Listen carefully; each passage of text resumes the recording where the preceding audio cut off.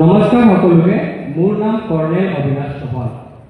আৰু আজি মই নিজৰ স্বৰচিত কবিতা এটা আবৃত্তি কৰিবলৈ গৈ আছো যাৰ নাম হ'ল সপোনৰ তলি। সপোনৰ তলি জীয়াইছো আধৰুৱা হৈ তোমাৰ অবিহনে, তোমাৰ লগত মধুৰ স্মৃতিৰ সোঁৱৰণিৰে অনেক মিছলীয়া খাম তলা যাচি নিজকে দুগালত বাগৰা চকুলোক মুচি দুহাতেৰে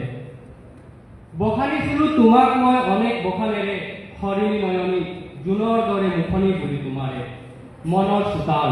য'ত ফুলিছিল শৰৎকৰ শেৱালি সুখৰ ছায়া আৰু আনন্দৰ কোলাহল থকা মোৰ পদূলি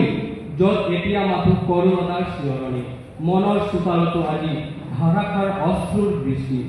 মন ফুলনিৰ মৰহিয়ে ৰং সপোনৰ তলি হৃদয়ৰ জুপুৰিত জ্বলালো প্ৰেমৰ সমাধি যি বাটেৰে তুমি এদিন এই হিয়ালৈ আহিছিলা সকলো জগতত কৃষ্টি মুখ আপোন কৰিছিলা সেই বাটতো এতিয়া অনেক বেফাৰ বন গজিছে তুমি অহা দুভৰিৰ ফুলকো ঢাকি ৰাখিছে মোৰ চঞ্চল মনৰ দুয়ো পাখিয়ে প্ৰাণ পাই উঠাৰ জীৱনৰ বাবে আজি যে তুমি মোৰ হৈ নথকাৰ